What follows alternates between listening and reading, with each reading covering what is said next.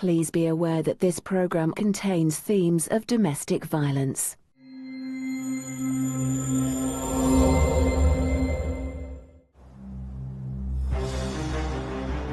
The police received a call.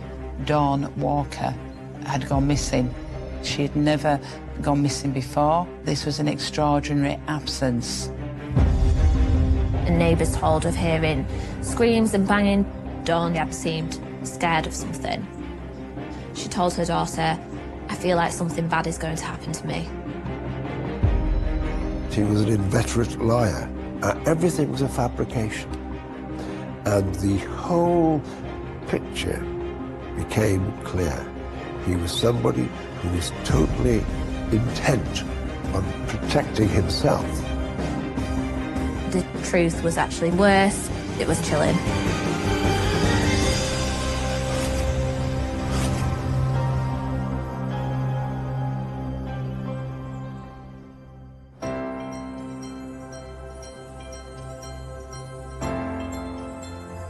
Three miles east of Halifax in West Yorkshire lies the charming village of Lightcliffe. It's a nice, close-knit community. It's friendly. Everyone knows the neighbours. It's quite residential, family-orientated. So I've lived in Lightcliffe for around 4 or 5 years. And my wife's lived here all her life. It's just a very nice feel, close to everywhere you want to be, near to Leeds, near Huddersfield. It's just got everything that you want. So I'd say it's very much a place where people would move to, so it's definitely a sought-after place to want to live, yeah. It's very much a place where, you know, if you're walking down the road and you see someone even in the car or walking, you say hello and you even stop and have a natter with them. It is Lightcliffe where Dawn Walker and Thomas Nutt decide to settle down together. Dawn and Thomas met in 2019 and formed a very strong relationship. Dawn Walker, aged 52, is the mother of 3 children. He was a little bit younger than she was. Thomas, aged 45, was a scrap metal dealer, very friendly chap when he dealt with persons in the street or neighbours or anything of that nature. He was one of the boys, we'll say. I understand that he and Dawn had met through Facebook. They moved in together and were living in the current house for about 2 years. They had a pretty stable, happy-go-lucky relationship, and they were going to be married. Thomas and Dawn had been together for 3 years. And then they married on the 27th of October. Dawn and Thomas got married in Brighouse, and they had a party in the local pub that evening. And in fact, it was a happy affair with about 20 people present. And they were in good spirits. They had planned the next day to go to Skegness. There was a plan to go on honeymoon after the marriage, and the arrangement was they would go in the caravan, which Thomas owned.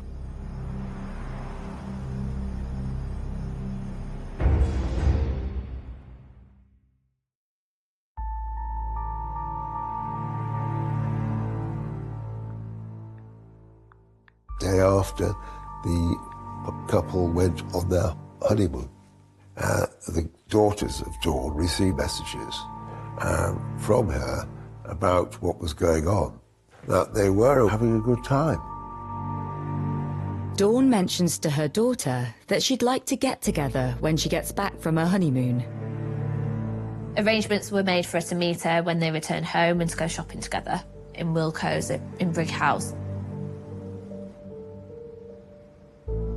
Despite Dawn's cheery message to her daughters, Thomas divulges that he and his new bride had had a difference of opinion. During the honeymoon, Thomas messaged a neighbour saying that him and Dawn had a disagreement about when to return home. He claimed he wanted to return home for Halloween for her grandson, and she was not happy, and he also texted a neighbour to say that he had to please the wife. After their 4-day honeymoon, the couple arrived back in Lightcliffe on the morning of the 31st of October. It was on Halloween morning that Thomas was in his garden putting up Halloween decorations, which even included police tape. Thomas is going to town on the Halloween decorations when a neighbour asks after Dawn. It was then that Thomas told the neighbour that Dawn had not turned up to meet her daughter in Brigg House. Dawn was due to meet up with one of her daughters and her grandson, and she didn't turn up. And this was highly unusual for her, because she loved her grandson and she loved her daughter. The neighbour had joked, "Where have you buried her, Tomo?" And Thomas began to cry and became emotional at the question, despite it clearly being a joke. Thomas then admits that despite having just returned from a happy honeymoon, Dawn had left the house a few hours earlier, and he'd not seen her since, prompting the neighbour to rally the community. A search was put in hand as a result of the concerns over Dawn's absence, and this was done by neighbours and friends of Thomas. When the search fails to locate Dawn, Thomas alerts the police to her uncharacteristic disappearance.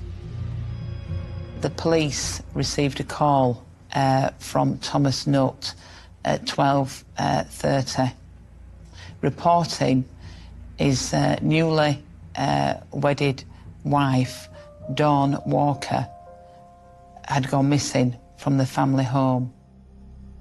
So police received that report and assessed it as high risk. 4 days after the wedding, Dawn was declared missing. Despite the fact that Dawn has only been reported missing for a few hours, police are concerned for her safety and try to determine if there's an explanation for her absence. Dawn was a mother of 3 and a grandmother of 1. We know from the information from her daughters that she was a very kind, selfless person, and was only 5 foot tall and very slight build. And she was a mother, she was a sister, she was an aunt, and she was a friend. She would do anything for anyone. With fears for Dawn's well-being growing, a police officer is sent to Dawn and Thomas's home. The officer went round on the 31st of October. We know that they expedited to the address to get as much information as possible. Despite having arranged to speak with Thomas, when the officer arrives, there appears to be nobody home. Then a few minutes later, Thomas appears. Thomas Nutt told the officer that he'd actually been to the shop. The police officer noted that Thomas Nutt was sweating at the time. Thomas explains he'd nipped out and, realising the time, had rushed home to meet the police officer. And that was one of the reasons why Thomas said he was sweating, because he was running. When the police officer carried out the initial inquiry with Thomas Nutt, he spent over an hour with him. Thomas told the police officer that his wife, Dawn, was a little bit agitated because of her mental condition. A concerned Thomas discloses to the police officer that he believes that Dawn had been failing to take her medication. He was concerned because he said that Dawn suffered from bipolar and depression. When the police officer leaves, Thomas calls upon a neighbour to help him resume the search for Dawn. They go to a graveyard where the couple would often walk. He had taken a neighbour with him to look for Dawn at a cemetery, and he had said he was glad that he had taken this neighbour with him in case people thought he had killed Dawn. Meanwhile, friends and neighbours continue to search for Dawn closer to home and come across an unexpected discovery. They went and looked in fields and bushes behind the property, and they found a suitcase in the bushes close by to the back of Thomas and Dawn's home. Woman saw the suitcase in the area that had been left. It was her partner that had gone looking for Dawn with Thomas, and upon their return, she let him know of her concerns. And that's when he went and discovered the body in the suitcase. And the body was identified as that of Dawn.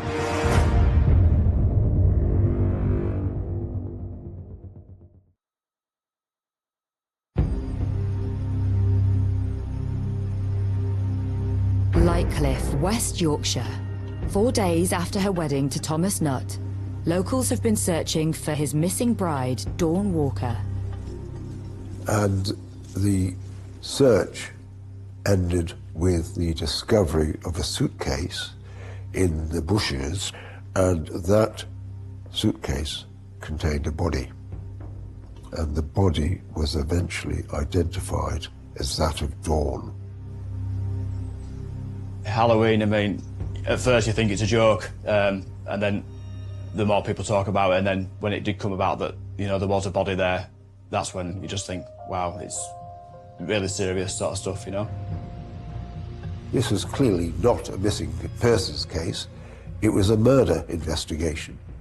And the police set about dealing with it as best they could, as quickly as they could. Detectives scrutinised Dawn's movements in the days leading up to her disappearance. Since Dawn and Thomas had been out of town on honeymoon, neighbours report last seeing Dawn at her wedding reception. Dawn and Tommy left the party at 10:20 or thereabouts, picked up by a taxi and taken home. It took 6 minutes to get back to their home. And they alighted from the taxi and went into the house. The police contacted the taxi driver after the event, and she confirmed that there appeared to be a happy atmosphere in the taxi after he picked them up. Obviously they had been drinking, but there seemed to be a good, happy relationship. We know Dawn arrived back home on their wedding night. She was spotted on CCTV. It was just after midnight that Thomas Nutt was seen leaving the house again. He was seen actually going to a cash point, and as he went up to the cash point, he pulled up his hoodie so he couldn't actually be seen facially, and he drew out £200 cash from that cash point. That was drawn out on Dawn's card. At 1 a.m, he was spotted in the family's back garden, and then at 5:30 a.m, he was observed by a neighbour having a cigarette on the back step as well. As police look more closely at Dawn's new husband, a worrying picture starts to emerge. Thomas Nutt had been violent towards a previous partner who had become controlling with, not letting her leave the house. In July 2020, Dawn had actually messaged ex-partner of Thomas Nutt's to find out why she had a restraining order put in against him. Nutt had claimed that it was because the woman had cheated on him, but the truth was actually very horrific. The relationship Thomas Nutt had with the woman was marred by violence. So this is an individual who is using their physique and their physical dominance to dominate and impose their will by means of verbal abuse and physical abuse. She actually made Dawn aware of Thomas's behaviour patterns, and she actually had a Facebook dialogue with Dawn, trying to warn her about Thomas's conduct and behaviour. Notwithstanding that, Dawn did stick with the man she loved. The woman then received a message from Dawn in August 21. Dawn said that Nutt had tried to kill her and had bruised her face and tried to suffocate her, but panicked when he saw all the blood. Dawn's friends and family paint a sinister picture of her new husband, Thomas Nutt. By all reports, they had a relationship which was abusive. Family members will say that he was controlling. We know that the family were isolated from Dawn, and that Nut led Dawn to believe that he was the only person that she needed, her protector, her husband, and that she did not need any other relationships. That is completely the modus operandi of a domestic violence perpetrator. As a result of the investigations made by the police, it became clear that Thomas Nutt was a very possessive man, and he was very, very jealous of Dawn, and he controlled her. He was coercive in his general behaviour towards her. He wanted his own way, and if he didn't get it, it would seem he resorted to violence. They've had previous domestic history in the past. One neighbour says they heard Tomo get off me. And neighbours told of hearing screams and banging before. One of the neighbours went to the house and banged on the door because he could hear screaming that he'd never heard from a lady before. That level of screaming. And Thomas answered the door and said, "Oh, she's not well. Hasn't taken her pills again." A neighbour had walked into the house and discovered Nut assaulting Dawn, and she'd complained that he was going to kill her. Dawn was seen in 2020 with having injuries, including a black eye, and it's understood in the days up to her wedding she also messaged a neighbour asking if she should get the hell out of there. On her wedding day, Dawn had even been seen by her daughter shaking and looked to be unhappy. She told her, "I feel like something bad is going to happen." On what was supposed to be her happiest day of her life, Dawn seemed scared of something. Her daughter told her that she was just being paranoid, but she again repeated, "I feel something bad is going to happen to me." The two then left things as they were and continued to prepare for the day. Police systems tell us that there has been reports of domestic violence. Only 12 months ago, Dawn Walker took the courageous step in reporting Nut for domestic abuse towards her. We know that this led to the police and Crown Prosecution Service not only charging Nut, but also remanding Nut. Usually when somebody is remanded in custody, they pose a threat to other people. So that was a real courageous step that Dawn took, and she wouldn't have taken it lightly, but she suffered months and months of abuse prior to that. Dawn reported Thomas to the police because he beat her up, and she was badly injured facially, and she alleged that he treated her badly sexually. We know Dawn urged police to drop the charges because Dawn did not want to prosecute, and there wasn't enough independent evidence. The case was discontinued. But we don't know if there was any contact between Nut and Dawn during the period he was incarcerated. But we do know she felt compelled to withdraw those charges. Eventually, when he was released, he then moved in back with her, and she continued to happily or unhappily live with him. Because Dawn was in a controlling and coercive relationship, he was then able to wiggle his way into the house and the home and her heart again. In an unexpected turn of events, detectives are contacted by Thomas Nutt's brief. It's during this time that officers received a call from a solicitor who had said that a man called Thomas Nutt was going to hand himself into the police station. He handed himself in to police at Halifax Police Station on the afternoon of the 31st of October, having previously, only hours earlier, reported Dawn missing. Thomas decided, with some reluctance it would seem, to go to the police station and to give an account of what had happened.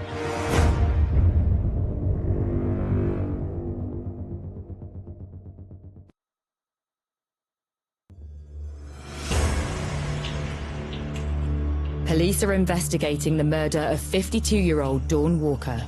They have discovered that her new husband, Thomas Nutt, has a history of domestic abuse.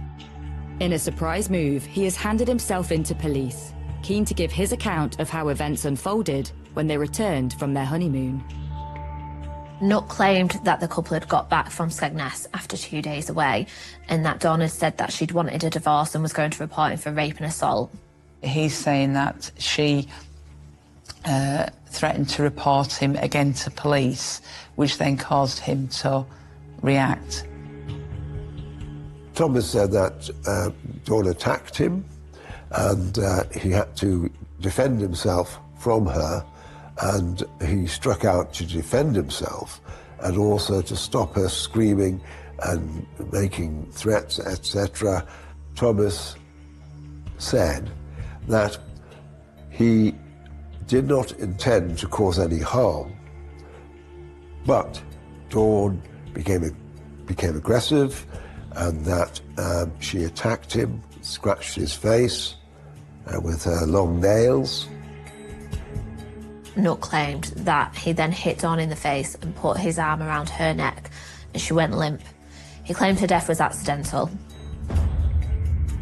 He did admit that he had been involved in violence upon Dawn and was responsible for her death, but it wasn't intentional.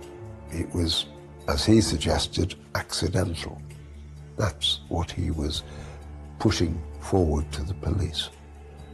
And in fact, he did, in his explanation, try and get that over by saying it all happened so quickly and so suddenly, he didn't realise that she was dead until she collapsed. Thomas Nutt may be claiming his wife's death was accidental, but detectives take a different view. When Nutt has handed himself into police, he's said that he has killed his wife. He's then arrested for murder. And there was a lot of talk around the community of, this murder had taken place and how horrific it was. So it was just like quite intriguing at that point as to, what had actually happened. The family of a woman who was found dead in Halifax on Sunday have paid tribute to her. The body of 52-year-old Dawn Walker was found near Aysgarth Avenue in Lightcliffe. Police have arrested a 45-year-old man and he remains in custody. And ultimately, when he's interviewed by police, it's a deck of cards then that's fallen down, because once the police have found the body, and the body is obviously met an unnatural death, he becomes a suspect by way of him being the last person that he's seen to see her alive, but also because of the domestic violence history. And he knows that, which has probably led him to go to the police and try and get his point of view forward to the police, even though he's admitted killing her. Thomas Nutt is charged with the murder of his wife Dawn Walker, but Nutt remains resolute in his account of her death being unintentional. He says that it was manslaughter and he didn't mean to kill her. He'd pleaded not guilty and a trial date was set.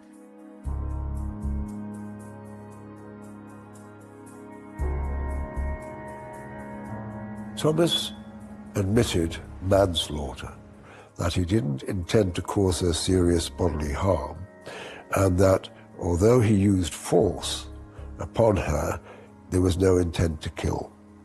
And that was why the prosecution quite properly said, no, we're not prepared to accept that plea to manslaughter, but went ahead with a trial on the charge of murder.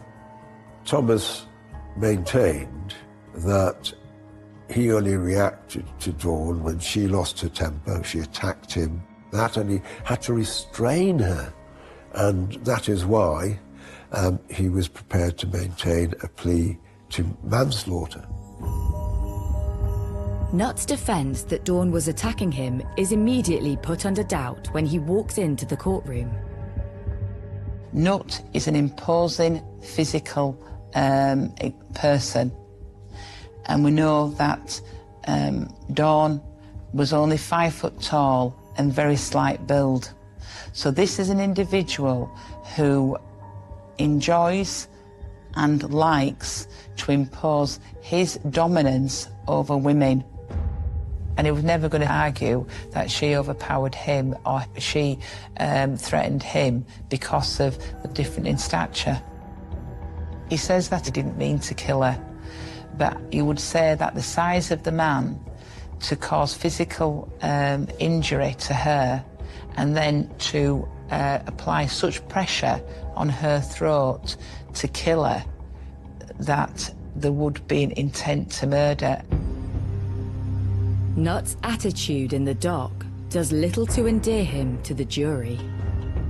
During the trial, Nutt seemed disinterested, which, given the gravity and detail of the horrific crime, is disgraceful. He appeared cool, calm and collected, and you think, how can a person do this? Appear in the dock, know they're facing a life sentence, and just act so nonchalant about it. The prosecution revealed to the jury what they claimed to be Nutt's web of lies, starting with the honeymoon to Skegness. Because his story was that they'd gone off for the honeymoon in the caravan, and they'd spent a couple of nights in the lay-by where they had a good time watching DVDs and things like that. The police obviously took very thorough steps to investigate everything that Thomas said. And one of the things that raised a big question mark was whether Dawn had actually gone to Skegness. The morning after the wedding, Thomas had been outside the house when a passerby stopped to chat. A neighbour asked about Dawn because Thomas was up quite early, and he said, oh, she's in bed with a hangover. She's had too much to drink last night. But the prosecution suggests that Dawn Walker was not a big drinker and had consumed little alcohol at her wedding reception the previous night. Neighbours had noticed things in the family home and the area that weren't quite right, in terms of the curtains remaining closed at the house, washing remaining on the line. Dawn would always leave the curtains open or take the washing in before they went out.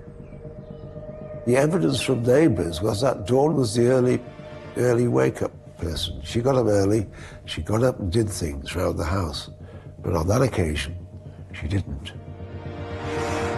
The prosecution highlight a further anomaly on the return from the honeymoon.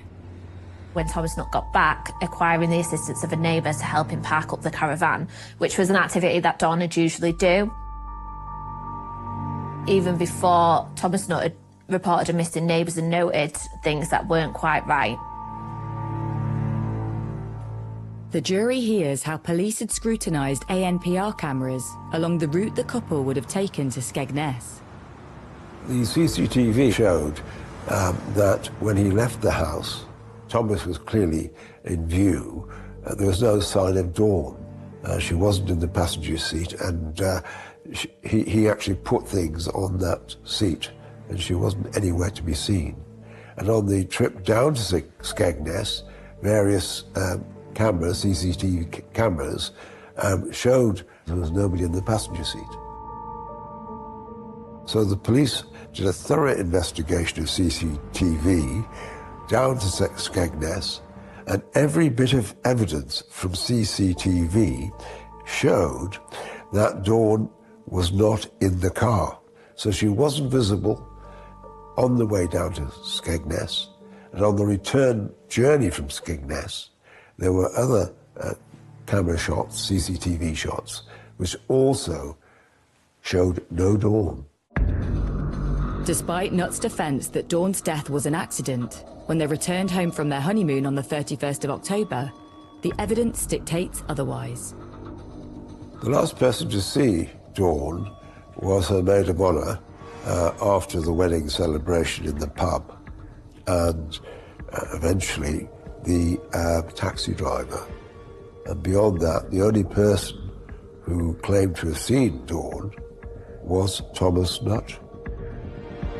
Everything about her going to Skegness and things that would supposedly happened were untrue. Dawn had not gone to Skegness. He killed her on the night of the wedding.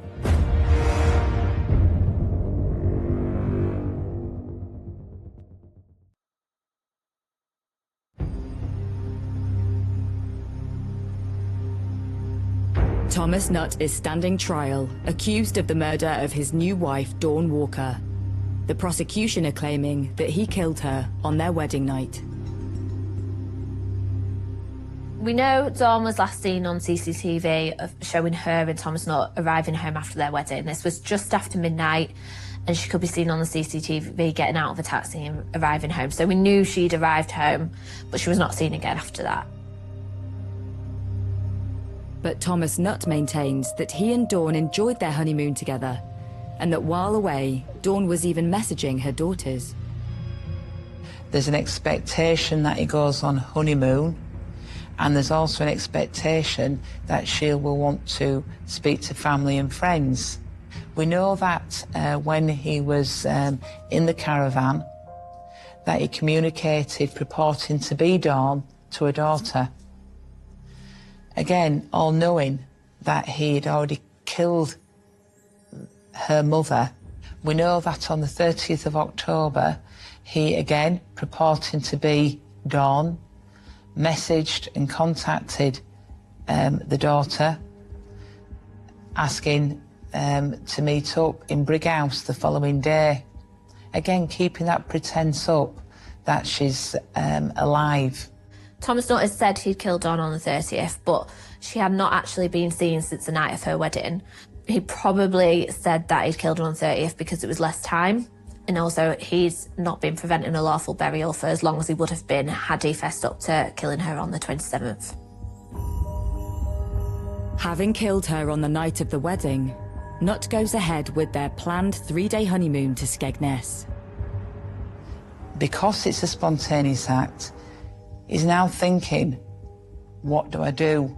And from that moment on, he's then now got to deal with the fact that he's a newly married man. There's an expectation that he goes on honeymoon.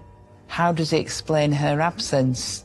And indeed, if he has to speak to the police and undergo scrutiny, how will that bear out? What will he say? All the while, he is having to react and think on the spot, which is why I believe he went to the caravan in Skegness to give himself some thinking time.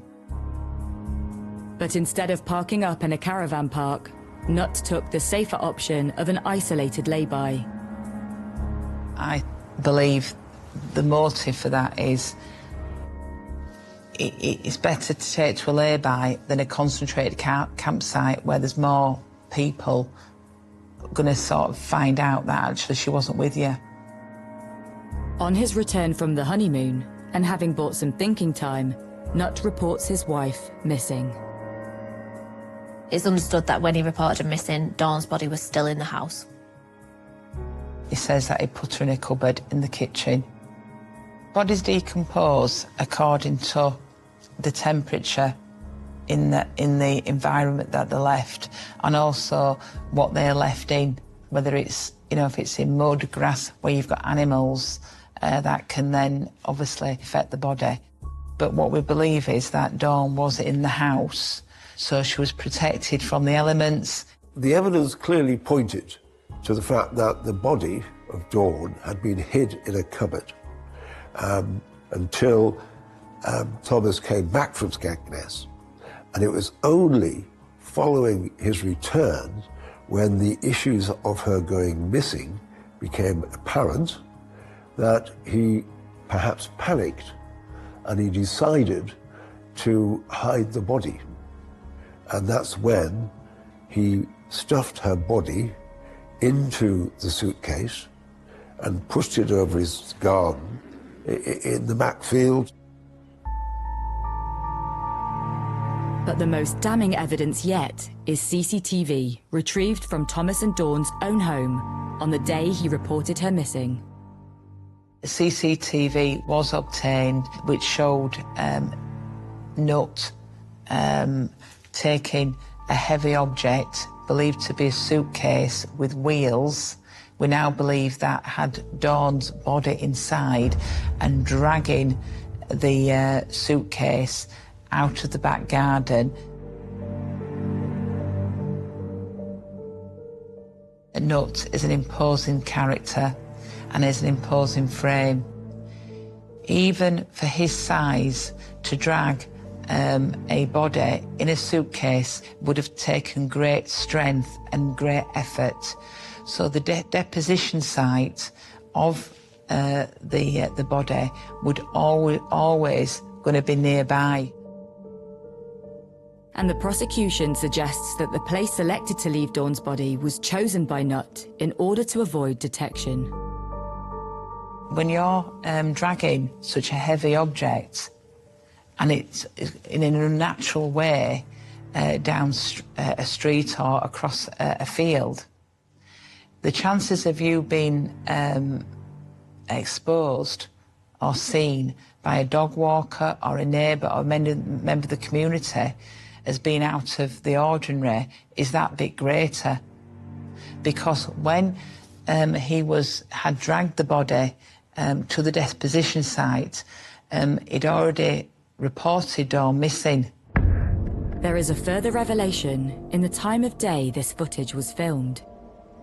CCTV captured him returning just in time for an officer to speak with him about Dawn's missing person case.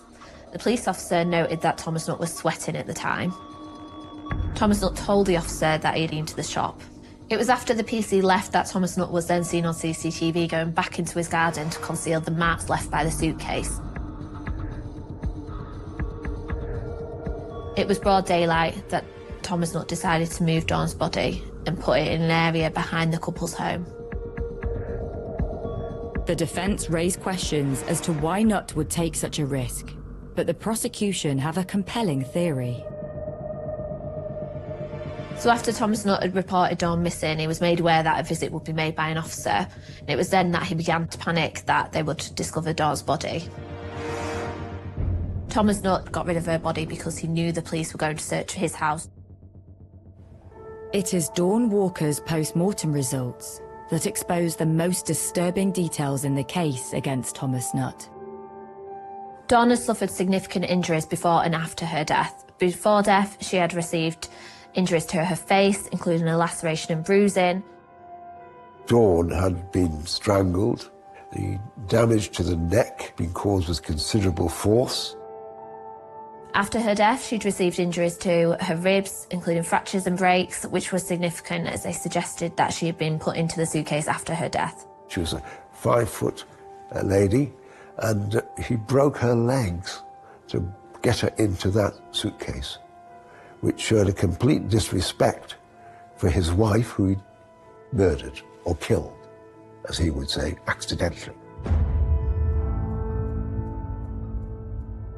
So there will have been rigor mortis from Dawn, which explains why Nutt had to break her legs and such like to squeeze her into the suitcase, because her body would have been stiff, but she suffered immensely by the sounds of it.